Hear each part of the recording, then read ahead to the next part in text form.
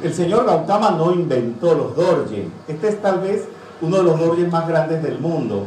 Pero ¿por qué existen y por qué se asocian al Buddha Dharma? Representa un cetro de poder. Representa el poder de todos los sentidos. El poder de todas las direcciones del cosmos. El poder de absolutamente todo. Y actualmente en el tibetanismo o en el Buddha Dharma practicado en Tíbet, Nepal y toda la región norte de la India, en todos los lamasterios es usado el dorje como un cetro de poder, acompañado de la campana. El dorje es la parte masculina y la campana la parte femenina.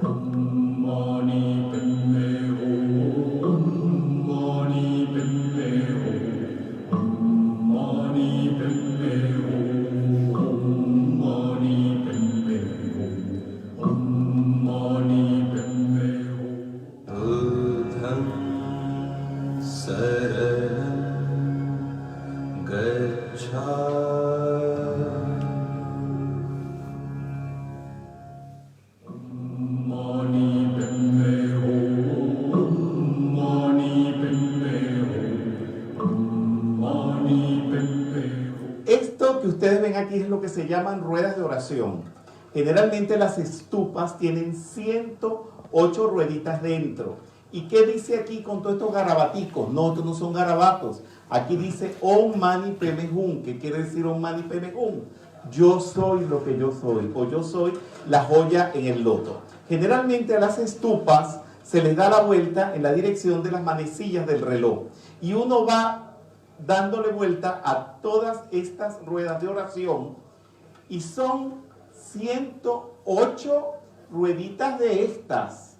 Si la estupa es muy grande, uno en realidad termina muy cansado. Pero entonces, si te cansas, te compras una maraquita de oración.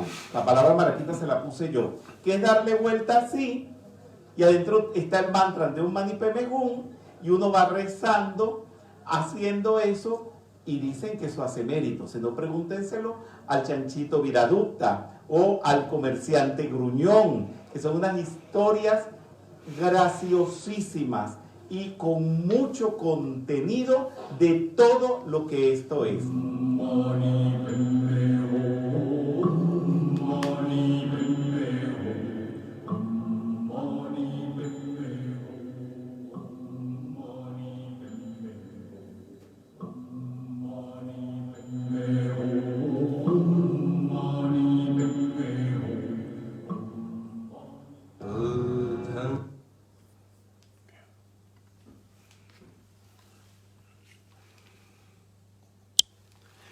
Muy buenas noches, estimados amigos. Les habla Fernando Candiotto desde la ciudad de Buenos Aires, en la República Argentina. Estábamos viendo minutos atrás una filmación, fragmentos de un documental realizado en Nepal, específicamente en la Stupa de Swayambunat, donde Rubén Cedeño nos daba diversas explicaciones al respecto de lo que es un dorje y también de las ruedas de oración. Al respecto del dorje hablaremos un tanto durante la charla de hoy. Primero que nada, quiero recordarles que estamos llevando adelante esta cátedra sobre Buddha Dharma. Allí tienen ustedes parte del material de apoyo de esta cátedra, como por ejemplo la serie de documentales titulada Gautama. Específicamente estábamos viendo imágenes que se encuentran dentro del DVD Buddha Dharma tibetano con Rubén Cedeño, que también ustedes pueden encontrar hoy en día en la plataforma de streaming de Vimeo, ingresando a www.videos.lametafísica.com. Muy bien, continuamos hoy con los fundamentos de la atención. Tienen ustedes allí la bibliografía, que es el material de apoyo a esta cátedra de Buddhadharma, como por ejemplo los libros Buddhadharma y Dorje Supremo de Rubén Cedeño y el libro Camino del Medio del señor Gautama. Y también las páginas web donde ustedes pueden encontrar información para acceder a esta bibliografía, tanto a los libros físicos, es decir, a los libros impresos en papel, como a los libros digitales o los libros electrónicos.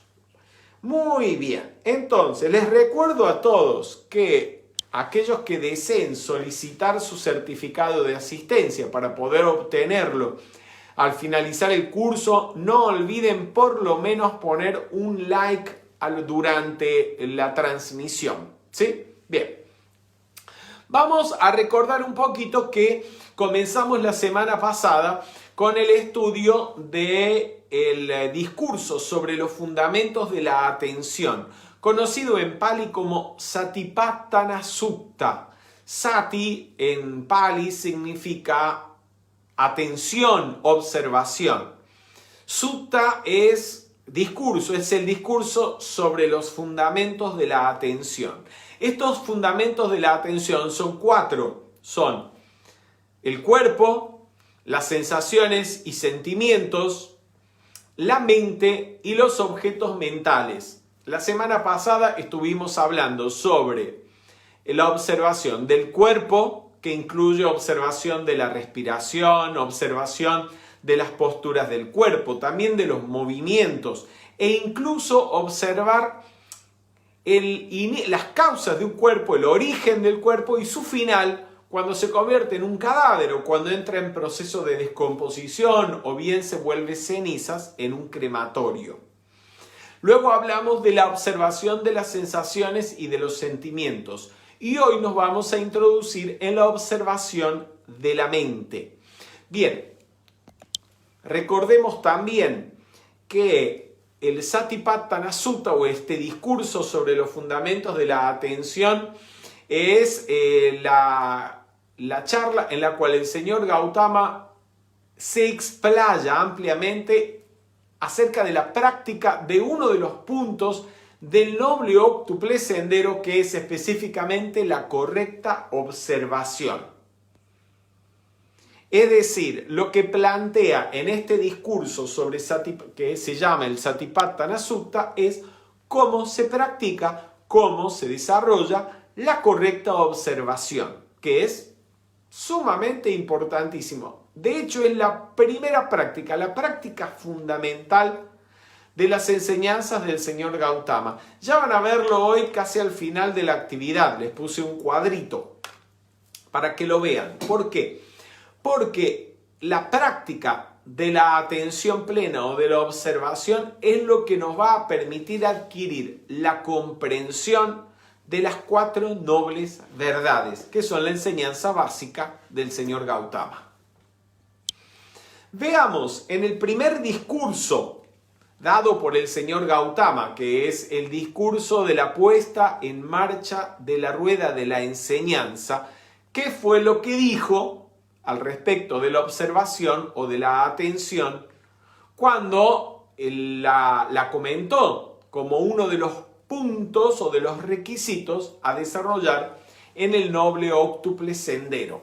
Dice el señor Gautama así: correcta observación o atención es observar el cuerpo, las sensaciones, los pensamientos y los sentimientos con clara conciencia y atención, reconociendo la impermanencia y no reaccionando ante lo agradable y lo desagradable, alejándose de este modo del apego y del rechazo.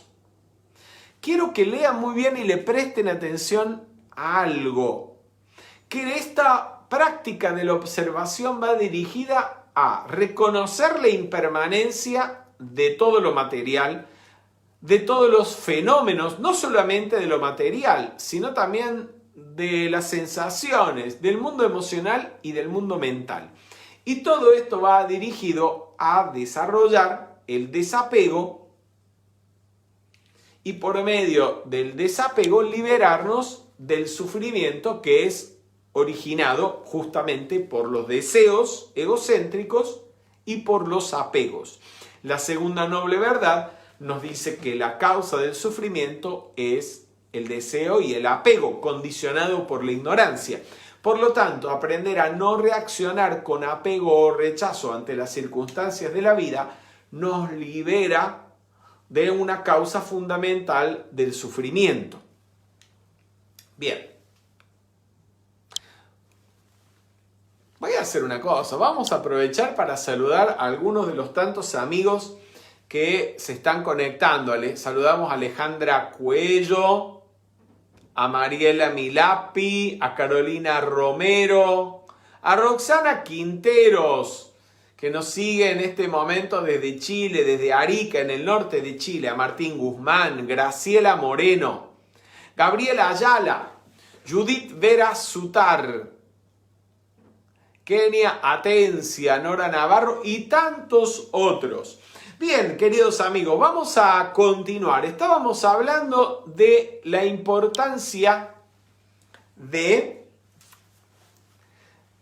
concientizar la impermanencia y de esta manera liberarnos del apego, del hábito de reaccionar con aferramiento o con aversión a las diversas circunstancias, generalmente a las agradables y desagradables de la vida. Bien, aquí quiero hacer un inciso. Ayer Rubén Cedeño comenzó su actividad con esta cita del libro La Voz del Silencio.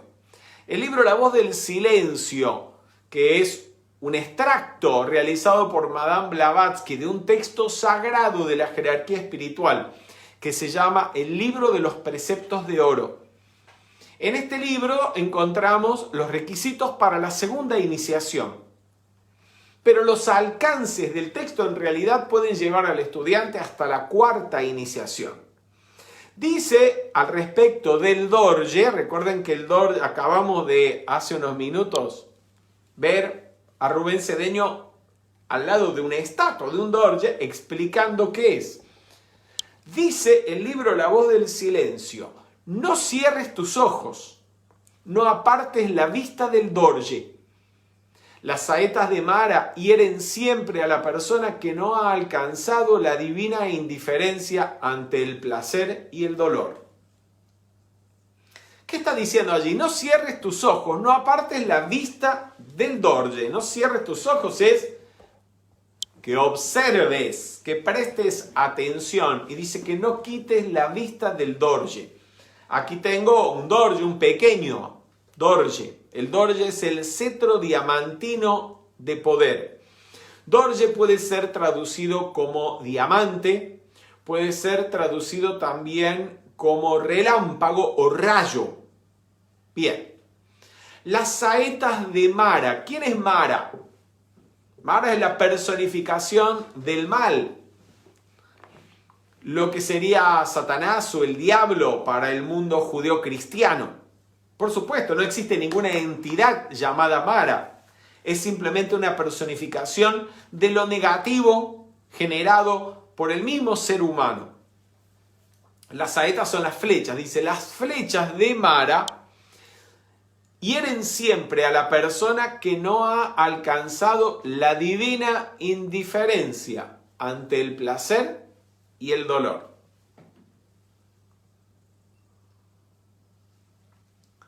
De la divina indiferencia ante el placer y el dolor estábamos leyendo minutos atrás cuando el señor Gautama explica la práctica, que es lo que debemos observar, la práctica de la correcta observación que va dirigida precisamente a eso, al desarrollo de la divina indiferencia ante el placer y el dolor.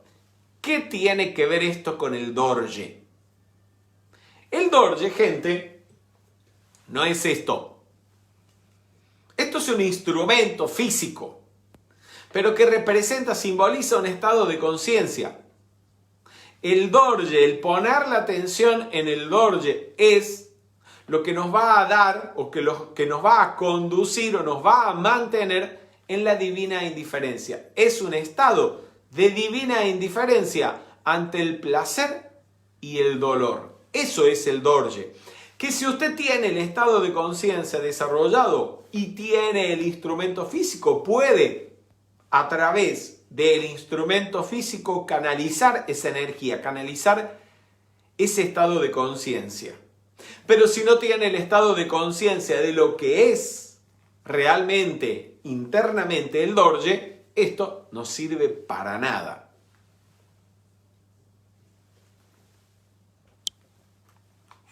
Avanzamos. El señor Gautama en el libro Camino del Medio nos dice que la mayor dificultad, el mayor obstáculo que tiene el ser humano para vivir en esa armonía, vivir en equilibrio, vivir en un continuo estado de felicidad, es el karma negativo. ¿Cómo generamos ese karma, esa energía mal calificada? Recordamos que karma significa acción. Y acción, a diferencia de lo que la persona media comprende por acción, no es solamente la actividad del cuerpo físico. Hay acción, por supuesto, del cuerpo, pero también hay acción de la mente, hay acción del sentimiento y hay acción de la palabra. Tenemos 4 acciones que califican la energía y, por lo tanto, generan karma. El karma puede ser positivo o negativo, según la calificación. Tenemos actividad de la mente, actividad de los sentimientos, actividad de la palabra y actividad del cuerpo. A través de estos 4 medios, la energía pura, incalificada, que desciende desde la magna presencia yo soy, a través del cordón plateado, sale de nosotros con una calificación. Si esa calificación es negativa, ¿qué es lo que ocurre?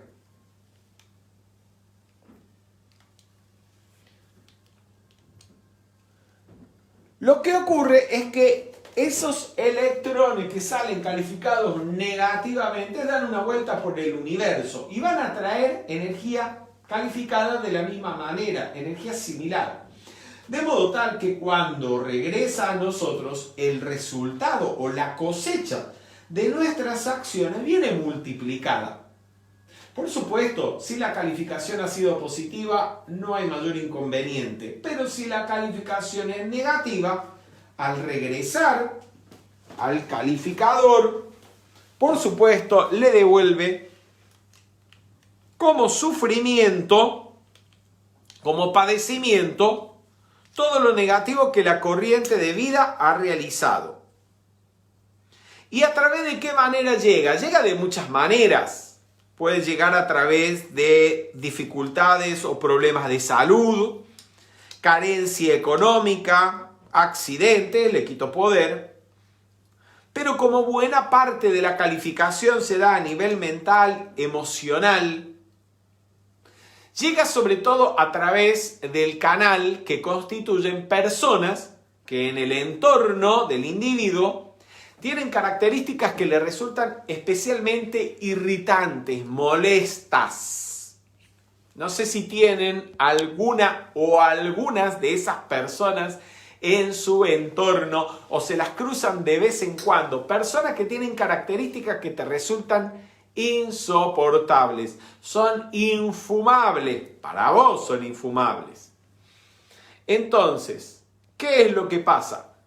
Si no transmutamos esa energía que nos llega a través de esa persona por medio del perdón, o más aún, manteniendo el equilibrio, una ecuanimidad, una imperturbabilidad, que no requieran ni siquiera de nuestro perdón, porque no ha habido una ofensa, un yo que se sienta ofendido, volvemos a recalificar negativamente esa energía que regresa. Y así el ser humano vive encerrado en un círculo vicioso de mala calificación. Es decir, calificamos negativamente la energía odiando a alguien, rechazándolo, enojándonos, engañándolo. Cuando la energía regresa, en vez de pagar la deuda, volvemos a mal calificarla con rechazo y así estamos enredados en un círculo vicioso. En esto está la mayoría de la humanidad, dentro de la rueda de la vida, como lo tenemos aquí representado magníficamente en este tanka. Entonces, ¿qué es lo que hay que hacer? Aprender a no reaccionar, sino a actuar, es decir, a accionar inteligentemente. Reaccionar sería lo que hacemos instintivamente, rechazar lo desagradable y aferrarnos, apegarnos a lo agradable. Pero eso solamente conduce al sufrimiento. Aprender a no reaccionar ni ante lo agradable con aferramiento, con apego, ni ante lo desagradable con rechazo, nos permite discernir, ver las cosas tal cual son, y a través del discernimiento, es decir, a través de la inteligencia, actuar de la mejor manera para resolver la situación, para equilibrar la situación. Por ejemplo, una forma inteligente de actuar sería perdonar. La forma más inteligente de resolver una situación conflictiva es perdonar o incluye el perdón. Así que a todo el mundo con el que hayas tenido algún conflicto en el pasado le vas a decir ahora, vamos todos, te doy mi amor y mi perdón para bendecirte y prosperarte. Y te envuelvo en mi círculo de amor divino. Vamos a cerrar nuestros ojos y vamos a pensar en cualquier individuo con el que hayamos tenido algún conflicto o con el que tengan aún ahora algún conflicto. Van a pensar en él, lo van a envolver en la llama violeta, van a visualizarlo envuelto en un pilar de llama violeta. Y ese pilar de llama violeta los incluye a ustedes también. Y le van a decir ahora, te doy mi amor y mi perdón para bendecirte y prosperarte. Y te envuelvo en mi círculo de amor divino. Gracias, Padre, porque así es. Y hay que tener cuidado de esto, de no caer en la autojustificación. Vean lo que dice en el libro Camino del Medio el señor Gautama. Obsérvense a sí mismos en todo momento, para no caer en ninguna trampa de la conciencia humana, pues los ha mantenido cautivos durante mucho tiempo y los vehículos inferiores están bien entrenados en el arte del engaño. Sobre todo la mente es muy hábil para buscar excusas, para buscar un motivo para seguir enojada, para seguir deprimida, para sentir celos, para continuar en la competencia, para continuar en el rencor. Por ejemplo, ¿cómo lo voy a perdonar después de lo que me hizo? Lo que me hizo es imperdonable. Recuerdo una vez haber escuchado a una persona supuestamente facilitadora de metafísica decir eso. Es que hay cosas que no se pueden perdonar. Un metafísico no puede poner esa excusa, porque uno de los pilares de la enseñanza interna es la llama violeta. Y la llama violeta no es otra cosa que el perdón. Así que o usted cree, o usted predica, o usted practica el perdón, que es la llama violeta, o no es metafísico. Así de fácil. O también hay gente que dice perdonar es para la gente espiritual, pero en la vida real eso no funciona. Jesús perdonó porque era el Hijo de Dios, pero nosotros no somos el Hijo de Dios. Entonces, ¿qué hacemos? Inventamos que Jesús era un ser especial, no humano, sino divino, o al menos de una naturaleza distinta a la nuestra, para justificar que Él sí pudo perdonar, nosotros no. Y también inventamos que nos salvó a todos, para así no tener que hacer ningún esfuerzo. Cuando hablamos de que Jesús fue nuestro Salvador, los maestros, o en Oriente, Los seguidores de las enseñanzas del Buda pueden llamar también Salvador al señor Gautama. Los hinduistas a Krishna. Pero ellos son salvadores en la medida en que han comunicado a través de la palabra, pero también sobre todo a través del ejemplo, una enseñanza de cómo debemos actuar para resolver las circunstancias de la vida, para dejar de sufrir. Pero si nosotros no actuamos de acuerdo a lo que ellos nos han comunicado a través de la palabra y a través del ejemplo, esa palabra y ese ejemplo, en nuestro caso, no ha servido para nada. Ellos no van a venir y salvarte o liberarte del sufrimiento a pesar de vos mismo. Porque tienen que respetar el libre albedrío, la libertad que todos tenemos de pensar, sentir, decidir cómo actuar. Muy bien, así que ante toda circunstancia recordemos, lo más inteligente es perdonar y decir, te doy mi amor y mi perdón para bendecirte y prosperarte y te envuelvo en mi círculo de amor divino. Pero hay todavía una instancia superior a esta y es cuando ni siquiera nos ofendemos porque no hay un yo que se ofenda. Porque hay un estado de alerta, un estado de observación tal que el individuo no llega a ofenderse. Al ver venir la ofensa, no la acepta. Esto fue lo que hizo el señor Gautama. Hay alguien que hizo una preguntita. A ver, denme un segundito. Ah, no, es un comentario. Muy bien. El señor Gautama en una oportunidad, esto ya se los he contado varias veces, pero nunca está de más, como ejemplo, reflexionar en ello. Estaba dando una charla a sus estudiantes y llegó una persona enfurecida, un señor enfurecido y comenzó a insultarlo. Desgraciado, hijo de tu mala madre, mentiroso. Estás engañando a la gente, le estás robando a la gente, sos un manipulador. No hay lo que no le dijo. Como a veces le pasa a algunos facilitadores, que más o menos hay quienes los critican, o se burlan de ellos, o los insultan. Y el único pecado que ha cometido ese facilitador es el de comunicar la enseñanza sin pedirle nada a nadie. Bien, el señor Gautama lo escuchó. Los discípulos, los estudiantes de Gautama estaban enfurecidos, lo querían ahorcar al hombre y el señor Gautama les pidió por favor que lo respetaran y lo dejaran hablar.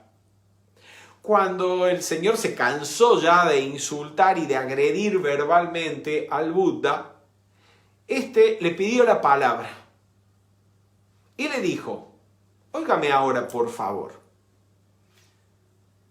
si alguien viene con un regalo para usted y se lo ofrece, pero usted no lo acepta, ¿a quién le pertenece ese regalo? El señor le dijo, el regalo sigue perteneciendo a la persona que lo trajo. Pues bien, le dijo el Buda, usted vino a mí con esa cantidad de insultos. Yo no los acepto, así que quédese con ellos. El señor no entendió nada en ese momento. Perturbado, se fue, abandonó la audiencia. Pero días después, habiendo reflexionado en las palabras del señor Gautama, se dio cuenta de su error, le pidió perdón e incluso le pidió ser aceptado dentro del Sangha, es decir, dentro del grupo de seguidores o estudiantes de las enseñanzas del señor Gautama. Eso es aprender a no reaccionar. Si alguien viene con insultos, alguien viene con agresiones, el que está desequilibrado, el que está inarmonizado, es la persona que viene en esa actitud. Si usted responde, entonces se baja al mismo nivel, abre las puertas de su conciencia a esa energía mal calificada que le está lanzando el otro. Pero si usted permanece en equilibrio y no la acepta verdaderamente, no solamente de la boca para afuera, sino internamente usted está en la actitud de no lo acepto, le quito poder, no lo quiero ni para mí ni para nadie, fuera de aquí, usted mantiene la puerta de su conciencia cerrada y mantiene la armonía y el equilibrio en el que usted estaba.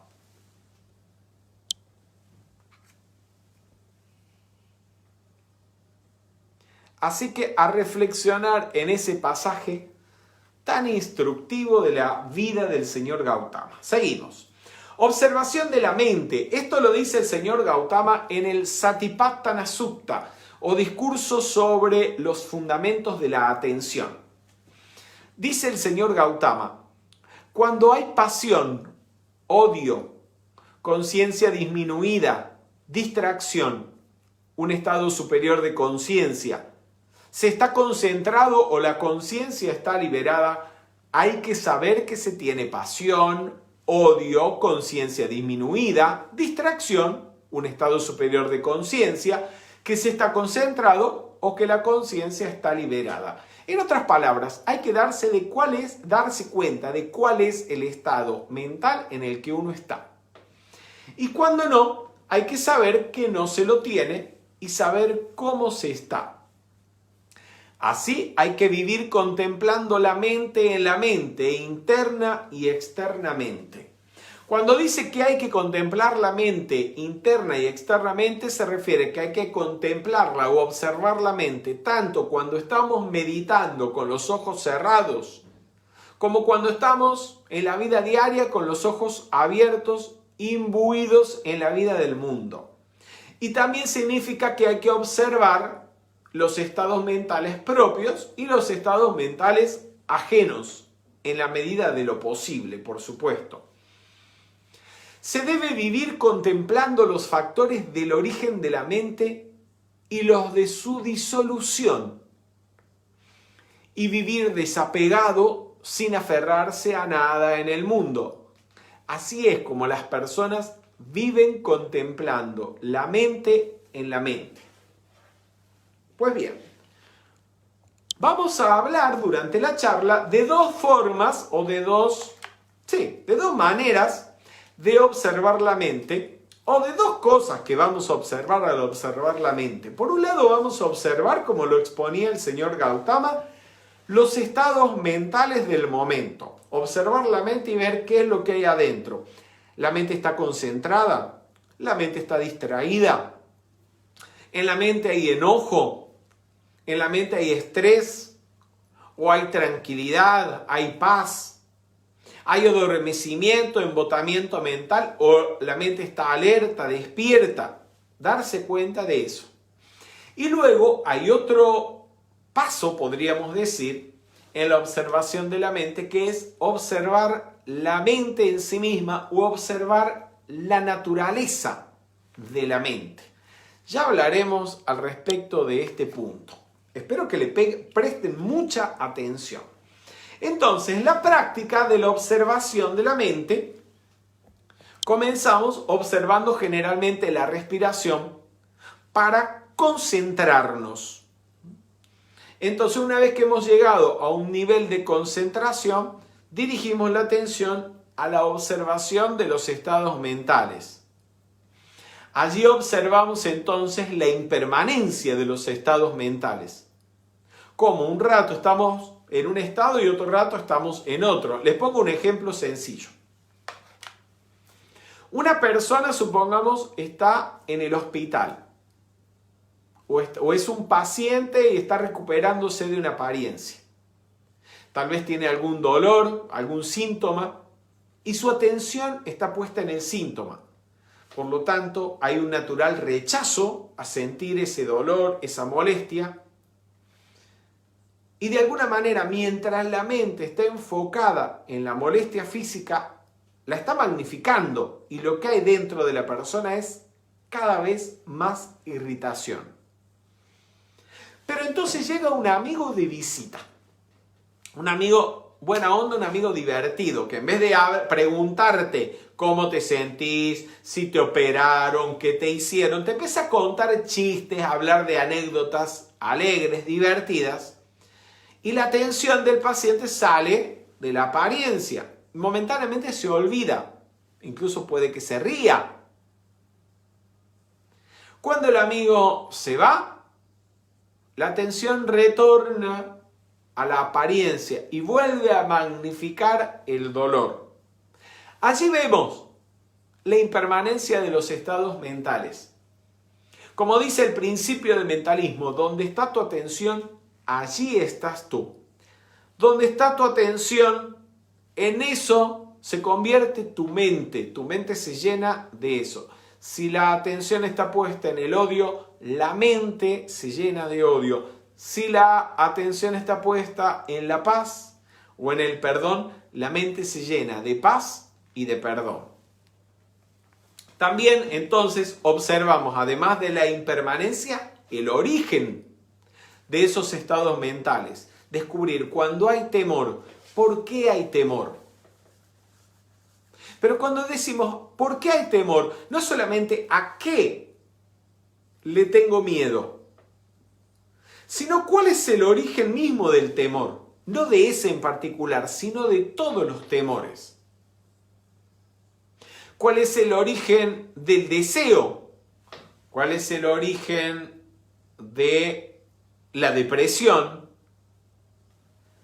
Y también, ¿por qué no? ¿Cuál es el origen de la alegría? ¿Cómo surge la compasión? ¿Cómo surge el sentimiento de seguridad y de fe? Todo eso, la observación no es algo, ¿sí?, de tomar sentado, de solamente tener los ojos abiertos delante de algo y no reflexionar. No, hay que usar el discernimiento y extraer a través de la observación una mayor comprensión de la vida, de todo en la vida. También comprender el final, cómo cesa, cómo nos liberamos del miedo, cómo nos liberamos del temor, cómo nos liberamos de la angustia, de la depresión. Cómo desenvolvemos armonía, cómo desenvolvemos compasión, cómo desarrollamos fe, seguridad, fuerza, la cualidad que estemos necesitando en el momento. Bien, tenemos otros ejemplos, por ejemplo, de la impermanencia y de la dependencia de los estados mentales. Tal vez la madre, si encuentra a su niño dibujando en las paredes impecables y pulcras, esté un poquito alterada, se moleste, regaña al muchacho. Pero si en el momento le llaman por teléfono, una persona querida, alguien para invitarla a una fiesta, a un cumpleaños, a un almuerzo, o simplemente a alguien que hace mucho tiempo que no ve y quiere mucho, su atención sale del conflicto y al estar puesta en algo agradable, se olvida momentáneamente de aquello que la había tenido sumida en un estado mental conflictivo, negativo. Pero es probable que al terminar con la llamada y recordar lo sucedido previamente, vuelva a caer en el mismo estado mental negativo. Muy bien, vamos a ver entonces, aquí estamos hablando de algo, una relación. Sí, un poquito alterada, dice Zulma Balfre, tal cual, puede estar un poquito alterada. Estoy poniendo algunos ejemplos que pueden ser un poco naif. A lo mejor Zulma Balfre nos puede dar otros ejemplos un poco más reales o concretos. Dice Rubén Cedeño en el libro Rayo Dorado: el estar en observación de lo que acontece en el presente e inmediato impide estar pendiente del pasado e imaginando un futuro incierto. Porque la observación solo es posible en el presente. La observación solo es posible en el ahora, en el aquí y el ahora. A veces estamos, como esta muchacha de la foto, contemplando un bonito paisaje en la ciudad o tal vez en el campo. A veces estamos sumidos en la lectura o incluso viendo, muchos de ustedes, una charla a través del teléfono celular o de la computadora en nuestra casa y alguien viene por falta de observación. no dándose cuenta de que estamos concentrados en algo, que toda nuestra atención está puesta en la charla de nuestro interés, nos vienen con preguntas o comentarios de asuntos que no tienen nada que ver y te sacan del estado de observación. Porque a veces la gente vive, cada uno en su propio mundo, en sus propios vórtices mentales. Y cuando viene alguien tranquilo, no por maldad, por inconsciencia, por egoísmo, por falta de observación, no se dan cuenta que lo están sacando de ese estado de presente en el cual la persona está. Bien, hablando de estado de observación y de presente, veamos lo siguiente. ¿De qué está hecho el pensamiento, la actividad de la mente? Cuando la mente se pone en actividad, hay pensamiento. ¿Qué hace falta para pensar?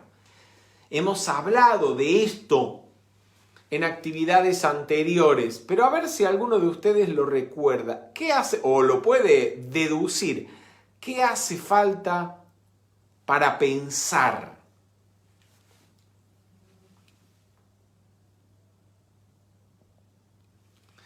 Para pensar hace falta conocimiento. Hace falta conocimiento, conocer algo. Conocer, tener información es sinónimo de memoria, porque lo conocido siempre se refiere al pasado.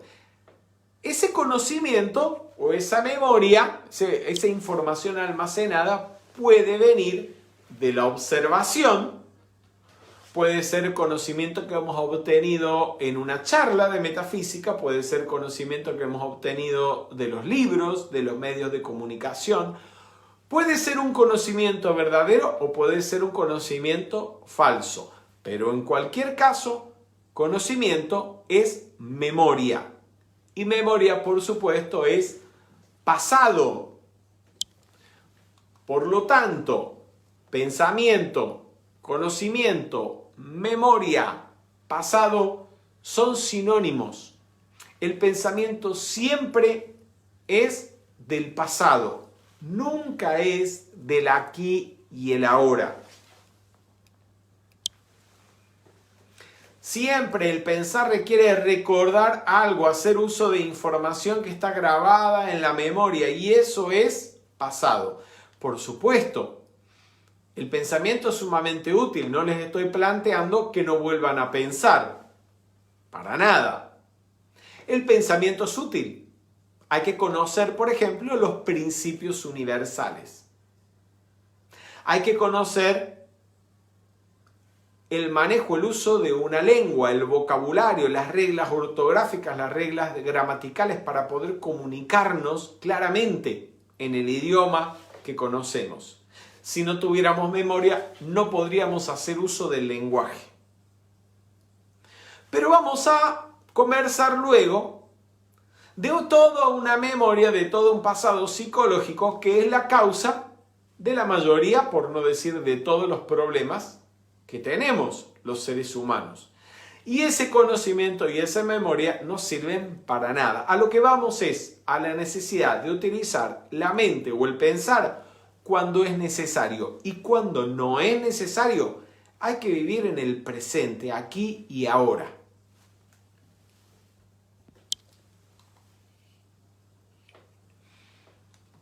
Muy bien, vamos para adelante. Le voy a dar un ejemplo extraído de la vida del Gautama, de cuál era el estado de conciencia en el que vivía el señor Gautama. Y esto también nos va a permitir, no sé si comprender, podría ser que pongamos nuestra atención sobre un asunto que es la impermanencia de la mente o la impermanencia sutil de la mente. ¿A dónde vamos? Mavi Russell dice, hoy en el trabajo me molesté porque un compañero utilizó unos materiales que estaban bajo mi cargo y los agarró sin mi autorización, pese a que le indiqué que se emplearía para otro uso. ¿Cómo no mostrar molestia en ese caso? Muchísimas gracias por tu comentario. Muy bien, ¿qué hacer entre esta situación? Un empleado que está bajo tu cargo y te desobedece o genera un desorden por no respetar una regla lógica en el trabajo. Puede ser una situación también en casa, el niño que no quiere estudiar, como está pasándole a muchos hoy en día, tiene que tomar clases virtuales a través de Zoom, por ejemplo, y el chico pone una foto en Zoom, apaga el micrófono y se fue a jugar. ¿Qué hace esa madre? ¿Qué hace ese jefe o esa jefa con ese empleado que mete la pata o comete errores involuntaria o voluntariamente? Es importante no inarmonizarse, no desequilibrarse, que sería reaccionar ante la situación, porque entonces nuestra acción no va a estar guiada, al menos al 100%, por el discernimiento, por la razón, por la inteligencia, sino por un impulso emocional que nos puede llevar a hacer o a decir cosas que, lejos de resolver la situación, lo que hagan es empeorarla.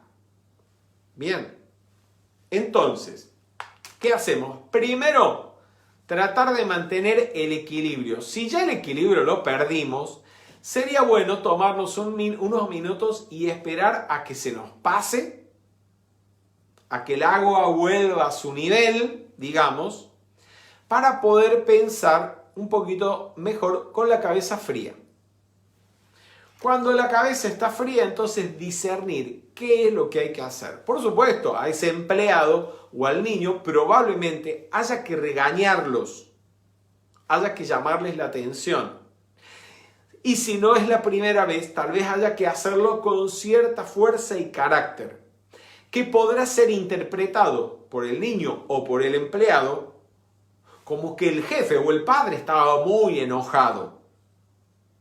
Puede ser que usted no esté enojado en absoluto, está representando el papel. Usted sabe que si no pone carácter,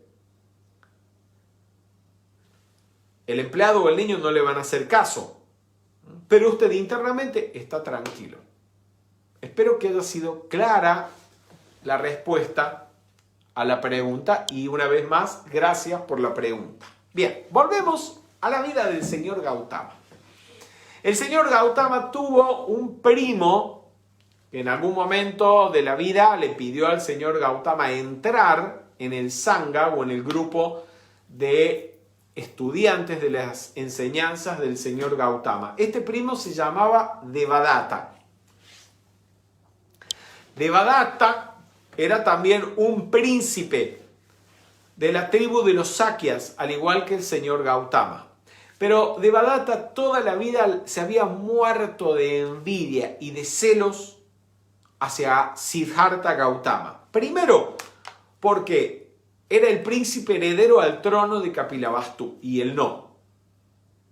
Cuando Siddhartha renunció al reino para dedicarse a la búsqueda y finalmente alcanzó el pleno despertar y se convirtió en el Buda, eran celos porque él era un Buda, su primo era un Buda y él no. Se metió a discípulo, pero esos celos siguieron ahí, nunca los transmutó. Y en algún momento quiso dividir el Sangha, empezó a hablar mal del Buda, a criticarlo, a decir que las cosas no eran como el señor Gautama las decía. Eso también a veces lo vemos en los grupos de metafísica. Cuando algún estudiante cree saber más o cree estar más claro que el facilitador y empieza a criticarlo y a tratar de dividir las aguas. Pero como Devadatta no tenía en absoluto la razón, no hubo mucha gente que le hiciera caso, muy poquitos. Viendo entonces su fracaso, el rechazo hacia el Buda se hacía en Devadatta cada vez mayor y empezó a planear matarlo, asesinarlo, e incluso lo intentó en varias oportunidades. Obviamente ninguna de ellas tuvo éxito.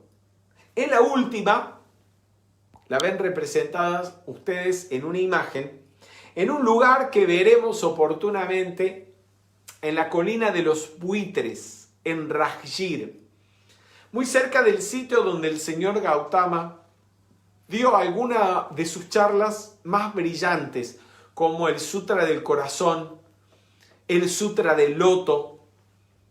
Devadatta lo esperó. Y mientras el Buda estaba subiendo la colina, desde lo alto, desde cierta altura, le tiró una piedra, lanzó una roca para aplastarlo. Pero cuando la roca cayó, antes de tocar al señor Gautama, explotó en 1000 pedazos. Y al señor Gautama no le cayó, pero ni una arenita siquiera, ni polvito. El cinturón electrónico de protección del señor Gautama era tan poderoso que la roca, cuando se acercó nomás, estalló en 1000 pedazos y el señor Gautama salió ileso del atentado. Ahora, tanta maldad de Devadatta en algún momento tenía que devolvérsele, como también se le devuelve a los estudiantes que hablan mal, que agreden, que traicionan, que tratan de robarle los estudiantes a ese facilitador que trabaja con correcta intención, con una motivación inegoísta, por compasión a los demás, dándolo todo y sin pedir nada. En algún momento ese mal karma se les devuelve. Y los hemos visto. Terminan con problemas mentales, encerrados en psiquiátricos, e incluso algunos terminan sus días anticipadamente. Eso fue lo que le pasó a Devadatta. Cayó gravemente enfermo de muerte. Y en el lecho de muerte, dándose cuenta del motivo por el que estaba así, toda esa maldad que había sentido y que le había lanzado al señor Gautama, intentando incluso asesinarlo, le pidió al señor Gautama que lo visitara para pedirle perdón. Y así lo hizo.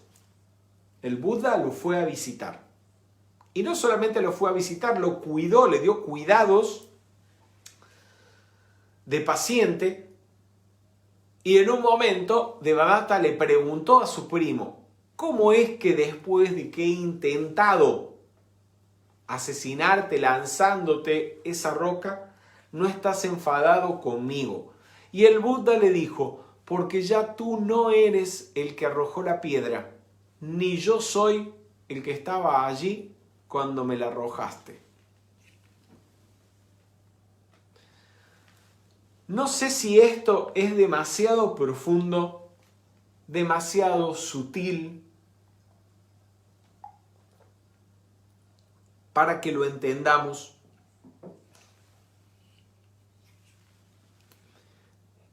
Pero ¿qué le estaba diciendo el señor Gautama? Que la persona de ayer, que ayer le había lanzado la piedra, o la semana pasada le había lanzado la piedra, ya no era exactamente la misma que estaba en ese momento en un lecho de muerte.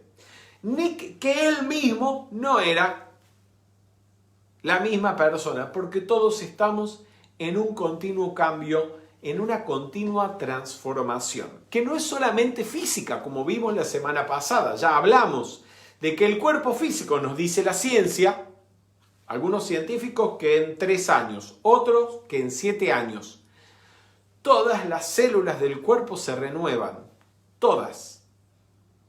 Lo que técnicamente significaría que cada 3 o 7 años tenemos prácticamente un cuerpo que es completamente nuevo y distinto al de hace unos años atrás. En algún sentido hay obviamente una continuidad de la forma física, pero la materia que lo compone ha cambiado por completo. Otro tanto ocurre a nivel mental o psicológico. Veámoslo. Es incluso tal vez hasta más fácil de entenderlo. La mente del pasado. La mente que tenías cuando eras un bebé y tu mayor ilusión, tu mayor deseo era estar en brazos de tu madre. No es la misma que tenías a los 6 o 7 años, el primer día del segundo grado de la escuela primaria. Tus intereses, tus gustos eran otros. No era la misma mente, no era la misma mentalidad que tenías en la adolescencia, ni los mismos intereses. Ya no querías estar en brazos de tu madre, hubieras preferido estar en brazos de otra mujer. Ni la que tenías a los 30 años, ni la que podías tener hace algunos meses atrás. No es la misma mente. Ha cambiado. ¿Y quién dice cómo será la mente del futuro que aún no ha llegado? Esa mente o ese estado mental del pasado ya no existe, ya pasó. Y la mente, el estado mental del futuro aún no ha llegado. Hay, sin lugar a dudas, un continuum, una continuidad de estados mentales o estados de conciencia que se suceden unos a otros. Pero como hablamos minutos atrás, esos estados de conciencia son sumamente impermanentes, cambian a veces en fracciones de segundo. Imagínense a lo largo de meses o de años, a lo largo de toda una vida. Han cambiado enormemente.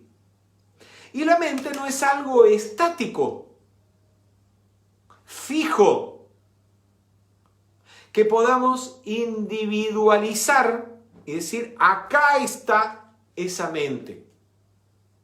Porque ni bien le sacamos una foto, por decirlo de alguna manera, esa mente ya es una mente pasada, un estado de conciencia que ya no existe, que ha sido reemplazado por otro.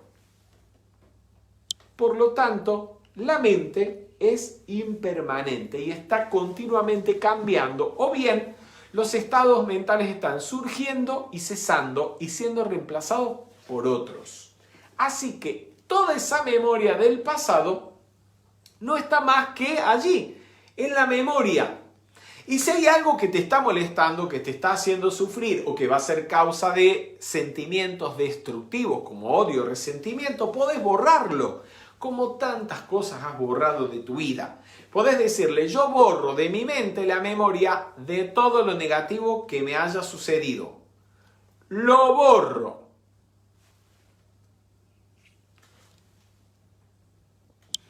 Y no me digas que no se puede olvidar.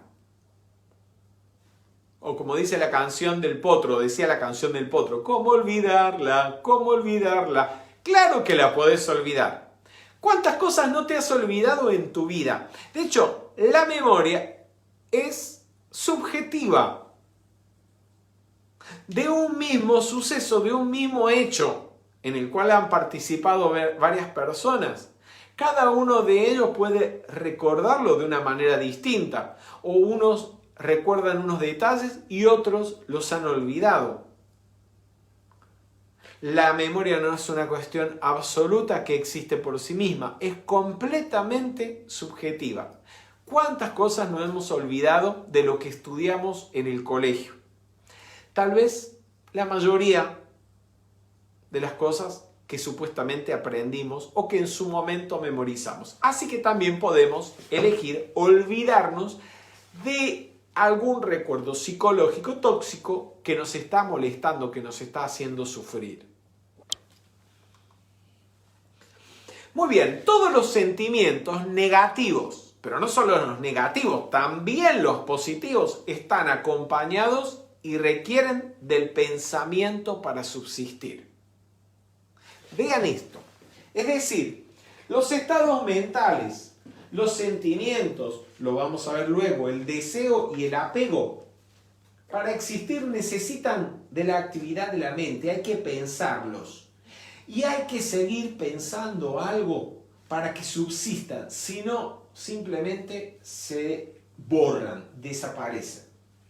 El temor, por ejemplo, para sentir miedo hay que pensar en que algo malo puede suceder. Para sentir enojo hay que pensar en algo o en alguien que es el motivador de nuestro rechazo. O recordar una situación que es la que estamos rechazando. Para estar preocupados igualmente hay que pensar en el objeto de preocupación en cuanto a la persona. Aunque sea momentáneamente olvida o pone su atención en otro asunto, la preocupación desaparece hasta tanto vuelve a pensar en aquello que le genera ese sentimiento. Para sentir envidia hay que entrar en competencia, es necesario compararnos en algún aspecto con otra persona que supuesta o aparentemente es más o tiene más que nosotros. También el deseo y el apego requieren del pensamiento para surgir y subsistir.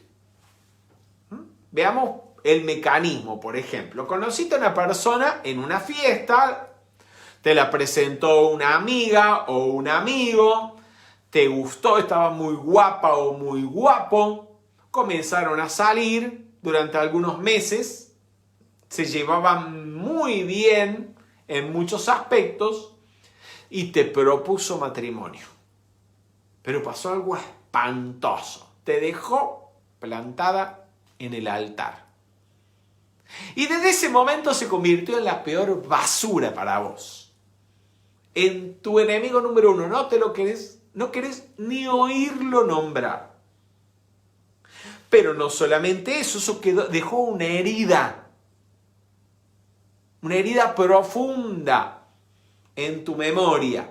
Y es el temor a que te vuelvan a hacer lo mismo. Así que cada hombre que te viene con un anillo de compromiso, salís corriendo. Es más, no querés ya ni que te los presenten.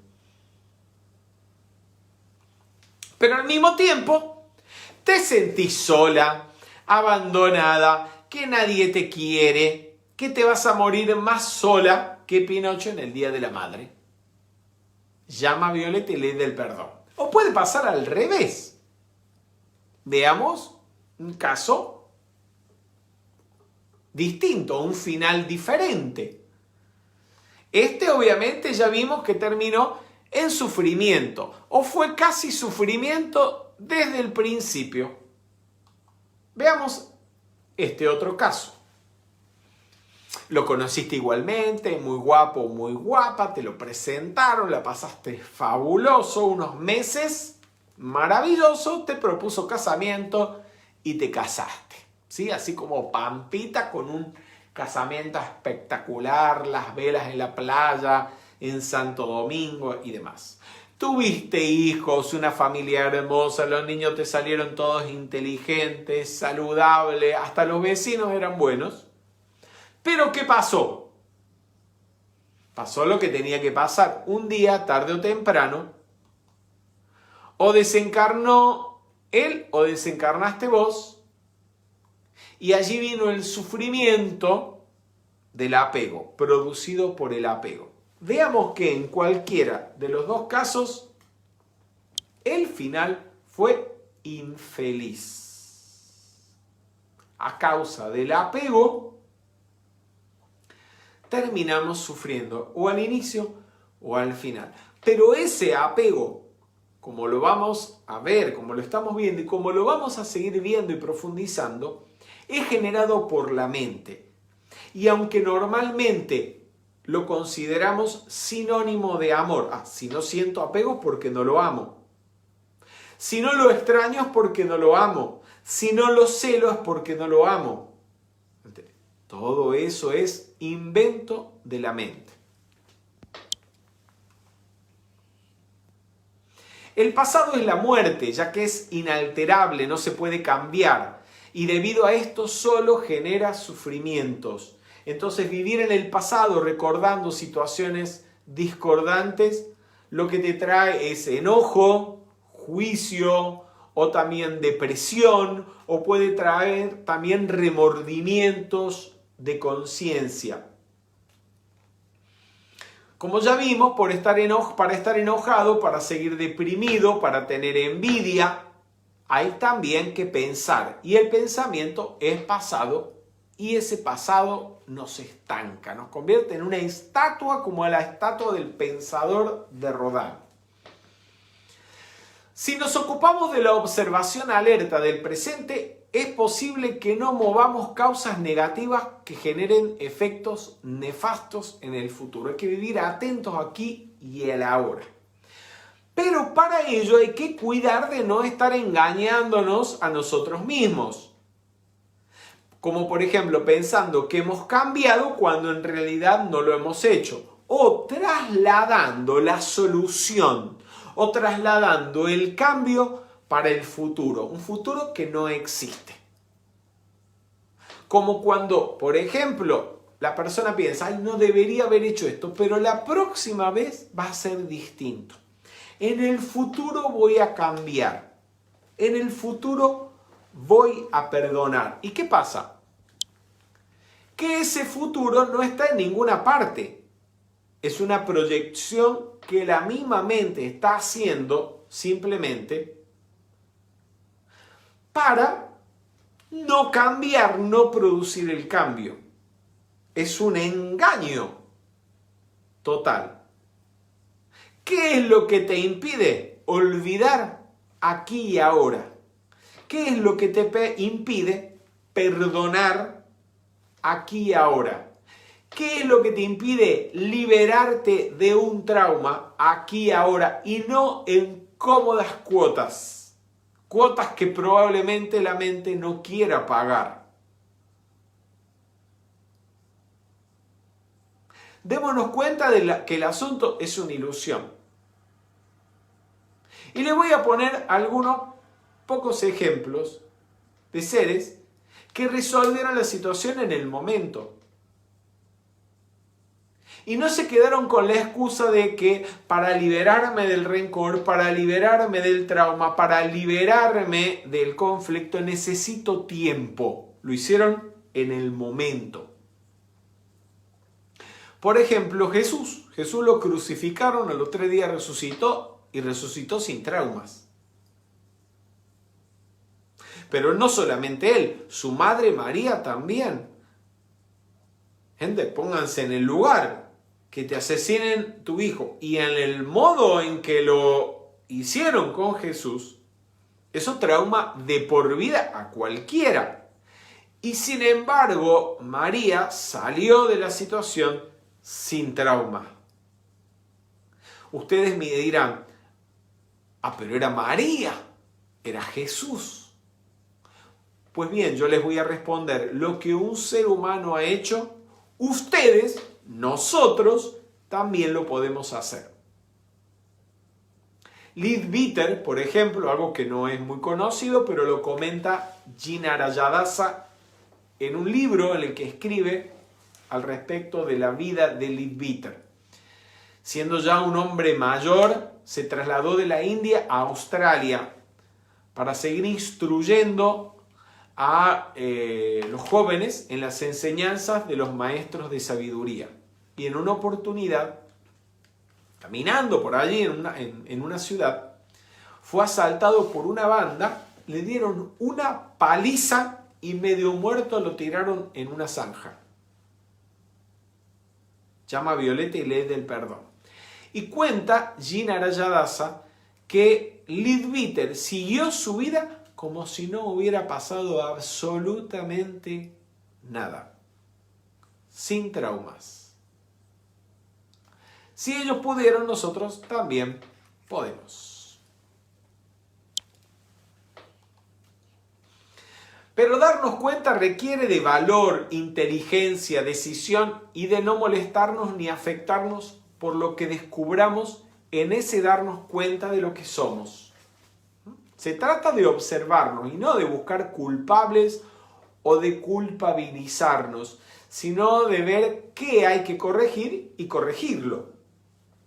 sentirse culpable puede ser una pérdida de tiempo y de energía. De hecho, muchas veces lo es. Aunque creo que es mejor a veces sentirse culpable y tener algún remordimiento que ser completamente inconsciente del error cometido, obviamente. Pero démonos cuenta que tampoco es saludable prolongar en el tiempo un sentimiento de culpa porque es un gasto inútil de energía. Y en ello me encanta la actitud que vemos reflejada en Hércules en cada uno de sus trabajos. En muchos de sus trabajos, Hércules, recordemos que Hércules es junto con Jesús y el Buda, uno de los 3 discípulos espirituales modelo. A diferencia del Buda y de Jesús, que tal vez cometieron errores, pero al menos en sus biografías o en la narración de sus vidas no aparecen expuestos, en la vida de Hércules sí se mencionan, y tal vez a propósito, los errores que cometieron, y algunos fueron graves. ¿Qué hacía en cada caso después de cometer un error Hércules? Reflexionar en el asunto, darse cuenta de cuál había sido el error, corregirlo, pero jamás perdía el tiempo en sentirse culpable de nada.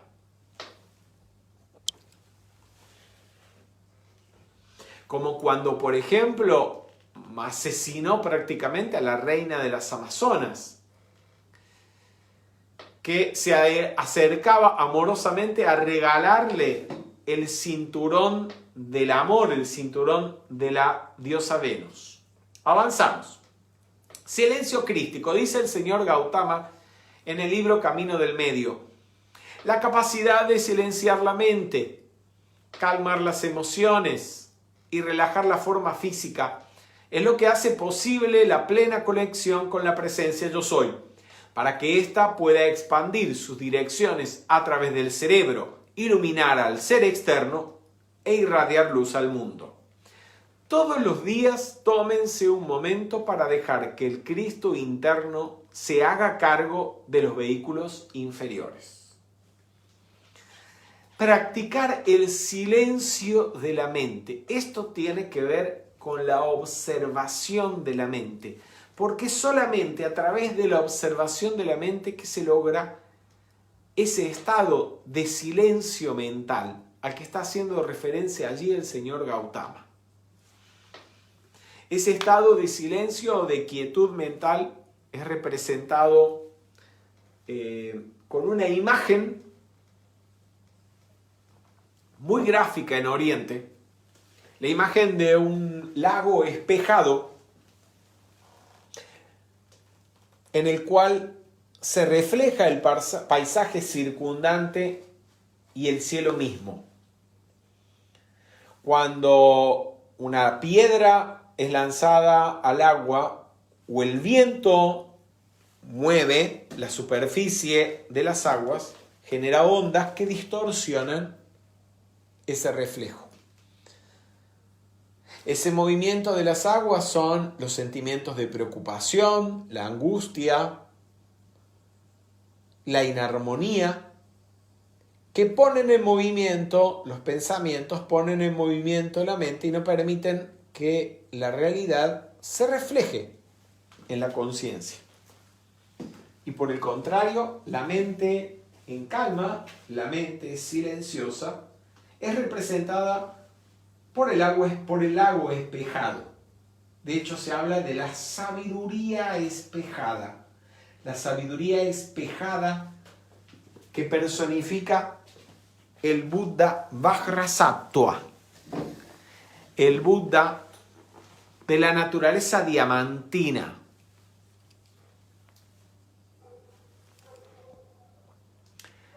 Esa práctica de la observación de la mente es precisamente lo que intentamos practicar cada día.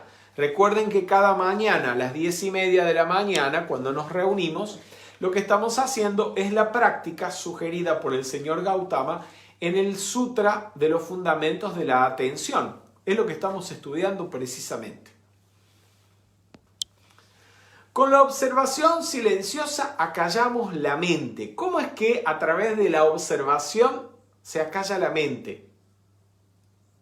Porque ya dijimos que poniendo la atención plenamente en el presente, en el aquí y el ahora, la observación es justamente no ir ni al pasado, que ya no fue, que ya no existe, que ya no está, ni anticiparse al futuro, que tampoco ha llegado, sino en el aquí y el ahora. Y en el aquí y el ahora no hay, por lo tanto, pensamiento. Porque el pensamiento, como ya vimos, siempre se refiere al pasado. O bien al futuro, cuando anticipamos, proyectamos, deseamos. Pero aún ese futuro que es proyectado por la mente, es una proyección del pasado. Es una proyección, un deseo de, o una proyección de algo que puede repetirse, puede ser recreado, o de algo que deseamos cambiar, algo que ha sucedido y que queremos que no vuelva a suceder, o que sea diferente. Por lo tanto, la mente siempre se mueve entre el pasado y el futuro. Cuando hay observación plena, hay presente y por lo tanto no hay pensamiento. En la observación no hay pasado, por lo tanto no hay juicio, hay silencio. Cuando hay juicio, no hay observación. Hay una mente que juzga, compara, producto del pasado. Entonces, no hay juicio, es decir, no hay apego ni rechazo. No hay pasado porque no hay pensamiento y por lo tanto no hay comparación ni juicio. Es la mente la que divide entre pasado y futuro. Es la mente la que califica, la que juzga. Al no haber pensamiento, no hay juicio, solamente hay observación. Además, tengamos algo más en cuenta, se los puse anteriormente. El pensamiento, sea positivo o negativo, el pensamiento no existe por sí mismo. El pensamiento es creado por la mente al pensarlo. Es energizado por el sentimiento que acompaña al pensamiento. Cada vez que repetimos un pensamiento, un recuerdo, una idea, y le movemos sentimientos, lo alimentamos. Y eso es lo que hace que el recuerdo o el pensamiento, según el caso, perdure. Pero si uno solamente deja atrás y olvida, le quita completamente la atención a un pensamiento o a un recuerdo, ese pensamiento, ese recuerdo van perdiendo fuerza y simplemente se extinguen porque no existe por sí mismo. Y sobre todo no existe como una entidad separada de la mente que lo creó.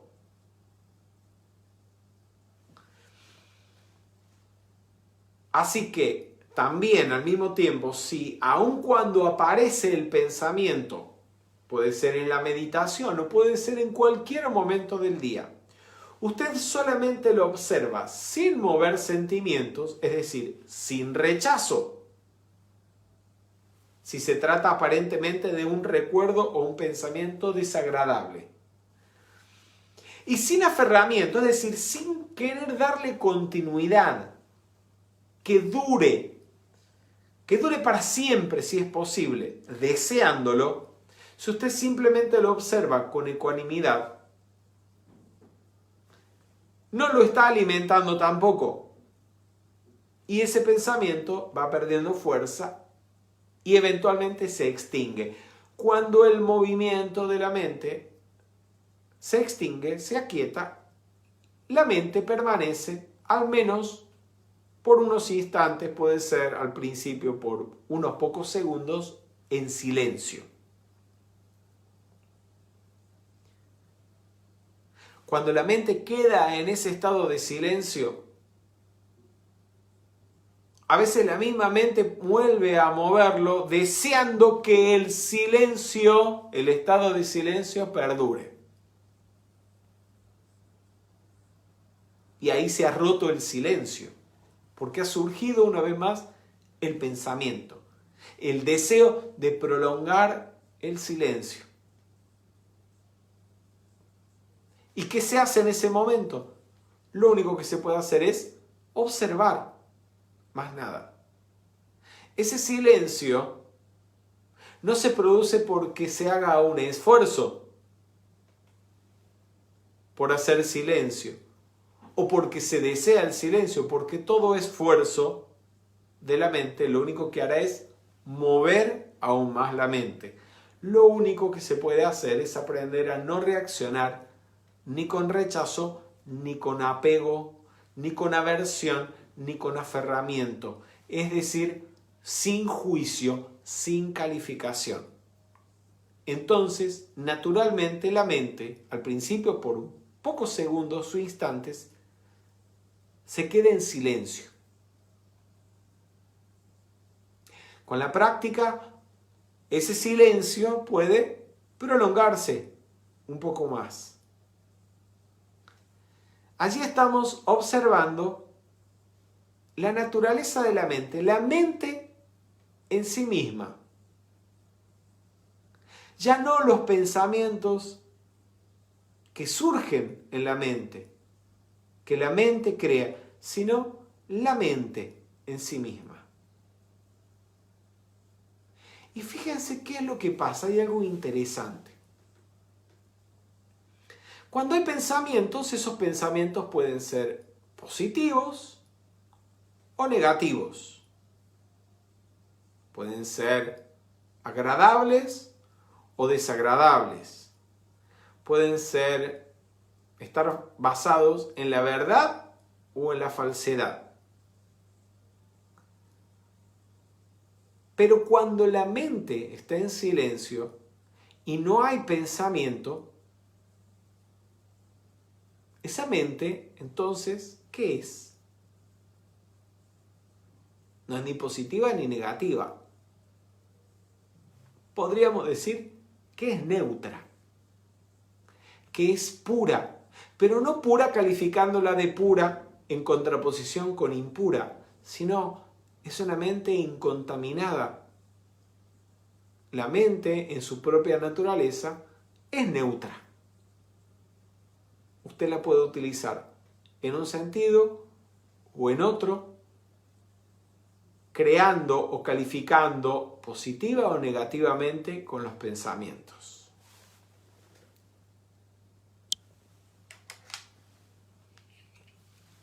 Decía Shakespeare, o el maestro Saint-Germain a través de Shakespeare, no hay nada bueno ni malo, el pensar lo hace así.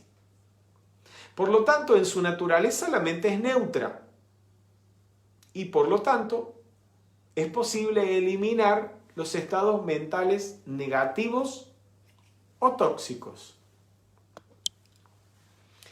Porque si la mente es la que crea lo negativo o lo positivo, al no haber pensamiento, no hay ni negativo ni positivo.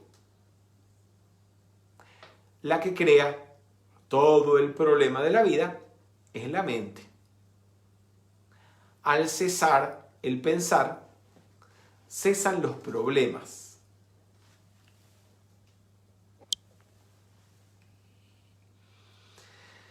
Entonces, en el estado natural de nuestra mente, este está libre de emociones y de pensamientos negativos. Y aquí llegamos al inicio de la actividad de hoy. Empezamos la actividad de hoy hablando del Dorje, o con Rubén Cedeño hablándonos del Dorje. Vajrasattva. Vajrasattva es el Dhyani Buddha del plano astral.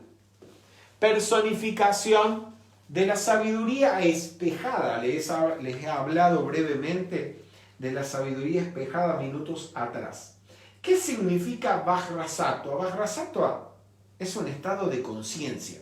Es la personificación de un estado de conciencia, de una sabiduría. La palabra Vajra,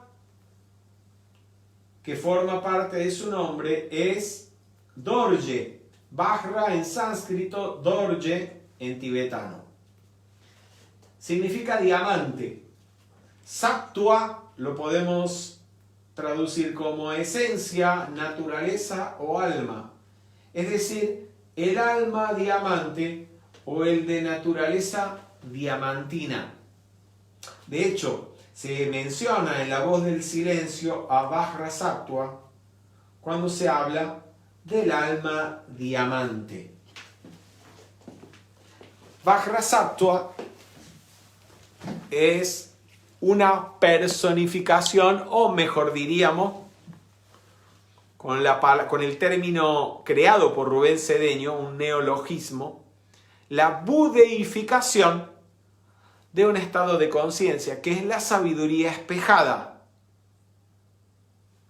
Es la mente pura que no califica, la mente pura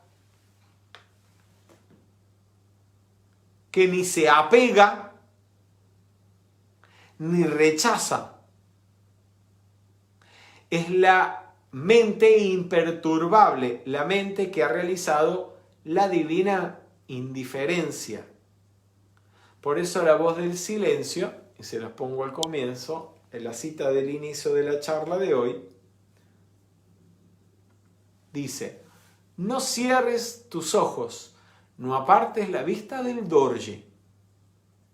En otras palabras, mantente en ese estado mental imperturbable, en ese estado mental de divina indiferencia, en ese estado mental de no calificación. Las saetas de Mara hieren siempre a la persona que no ha alcanzado la divina indiferencia, que no ha alcanzado el estado de conciencia del Dorje, que no se ha convertido en Vajrasattva.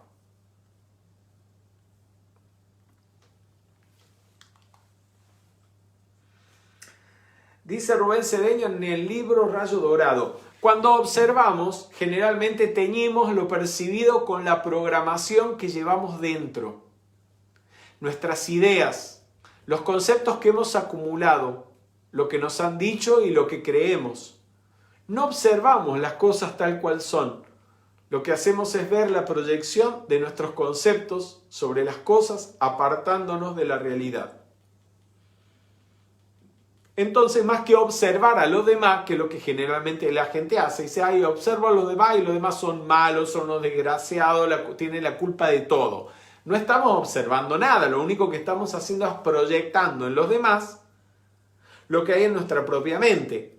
Entonces, lo que tenemos que hacer es observar el contenido de nuestra propia mente. ¿Qué es lo que hay en nuestra propia mente? Porque, por ejemplo, el que critica, el que odia, el que rechaza, ¿qué es lo que tiene adentro? Si usted se observa cuando critica, cuando odia, cuando rechaza, lo que hay dentro de usted, dentro del otro no sabemos. Podemos tal vez sospechar, pero dentro de usted va a ver que dentro de usted hay odio, hay crítica, hay rechazo. ¿De qué va a criticar el otro? ¿De qué lo va a acusar? Obsérvese usted y resuelva usted su problema interno. Cuando hay observación, no hay pasado, no hay pensamiento. Por lo tanto, tampoco hay división entre observador y observado. No hay separación, pues la que separa es la mente. Veamos esto: el pensamiento crea y fortalece la idea de un yo que piensa, o sea, yo soy el que pienso. Yo creo esto o yo soy así. Cuando hay pensamiento, la mente crea la idea de que hay un yo que piensa y algo que es pensado. Yo estoy aquí y allá están las montañas, ahí está el lago. Incluso puedo estar pensando en la observación y digo: yo estoy observando y esto es lo observado. Pero cuando hay verdaderamente observación, no hay pensamiento, la mente está en silencio. Al estar la mente en silencio, no hay observador ni observado. Observador, observación y objeto de observación, todos son una misma cosa. Es más, no hay ni siquiera mente que esté reflexionando eso. Hay observación, hay el hecho. Pero no hay ni siquiera una mente que lo mencione. El pensamiento crea y fortalece la idea de un yo que piensa. Y así la identificación con el cuerpo mental generalmente es prácticamente total. Pero vean una cosa, los pensamientos, las ideas, la memoria y la mente misma cambian. Por lo tanto, no hay un yo que exista por sí mismo, que sea la mente. Porque si hubiera un yo que existiera por sí mismo y este yo fuera la mente, no debería ni podría cambiar. Así que el yo, la idea de ese yo existente, es una idea creada por la mente. No tiene existencia real. Sin embargo, en la mayoría por no decir en casi toda la humanidad, hay una identificación total con la mente. No es tanto con el cuerpo, la hay con el cuerpo, pero uno dice, por ejemplo, estoy haciendo gimnasia, ¿sí? Mi cuerpo está más fuerte. Okay, cuando usted dice, mi cuerpo, estoy más fuerte, bueno, ahí la idea es, yo soy el cuerpo. Pero cuando uno medita y observa el cuerpo, hay la idea de que uno es algo diferente al cuerpo, lo estoy observando, pero al mismo tiempo estoy dentro del cuerpo. O sea, el yo es algo que está dentro del cuerpo, pero a la vez es diferente. La identificación suele ser mayor con los sentimientos. Decimos, yo siento así. Pero aun cuando observamos los sentimientos, las emociones, a veces decimos, mis sentimientos me jugaron una mala pasada. Mis deseos, es decir, los sentimientos son algo que yo poseo.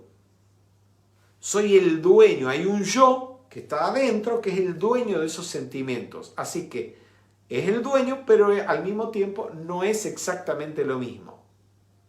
Mientras que a nivel mental, la identificación es total. Yo pienso, yo opino, yo digo, o más, yo soy así. Por medio de la observación de la mente y los pensamientos, se conciencia que estos son impermanentes.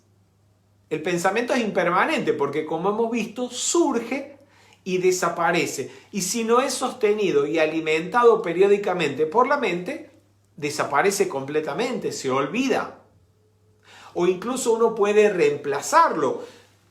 Si reflexionamos, nuestra manera de pensar ha ido cambiando a lo largo de nuestra vida, a lo largo de los años. Por lo tanto, los pensamientos y la mente son impermanentes. La mente y los pensamientos no proporcionan felicidad real, porque precisamente por el mismo hecho de que son impermanentes, lo que creamos con la mente y los pensamientos es igualmente impermanente. Es ilusorio, no existe realmente, desaparece.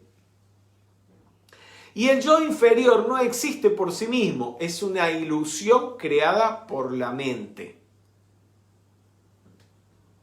Por eso podemos afirmar, yo no soy esto, yo no soy ni el cuerpo, ni las emociones, ni la mente. Yo soy lo que el ser es. Y vamos a concluir la actividad de hoy con esto. Les pido 2 minutitos más. En este cuadro, ¿qué ven representado ustedes? En este cuadro lo que está representado es la relación entre cada uno de los 4 fundamentos de la atención con las 4 nobles verdades. Hay una partecita del texto que no ha salido. Pero se los voy a dejar picando, se los voy a dejar para la semana próxima. Vamos a hablar la semana próxima sobre la observación de los objetos mentales. Vamos a ver de qué se trata.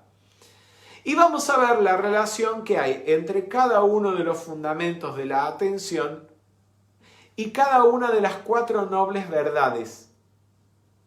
Les dije al inicio de esta actividad y de la actividad de la semana pasada que la práctica de los fundamentos de la atención es la práctica básica, la primera, para quien estudia y trata de practicar las enseñanzas del señor Gautama.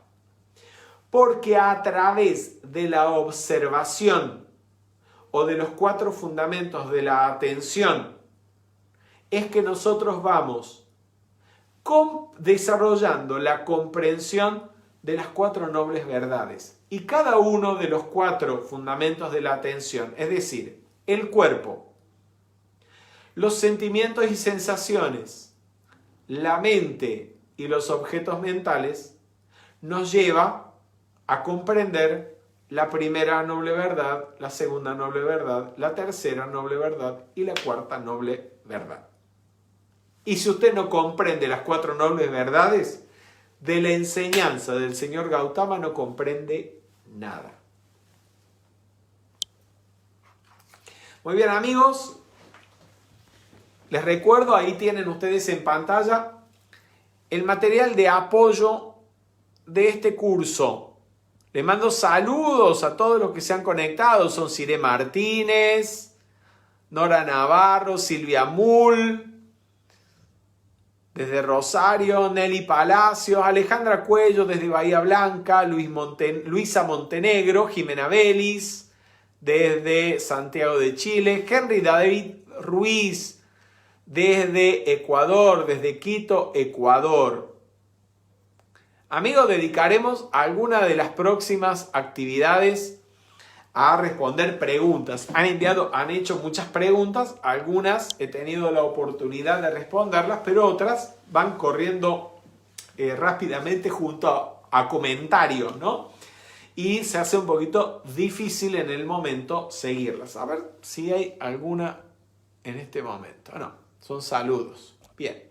Vamos, amigos, entonces a terminar haciendo la bendición de nuestra donación voluntaria.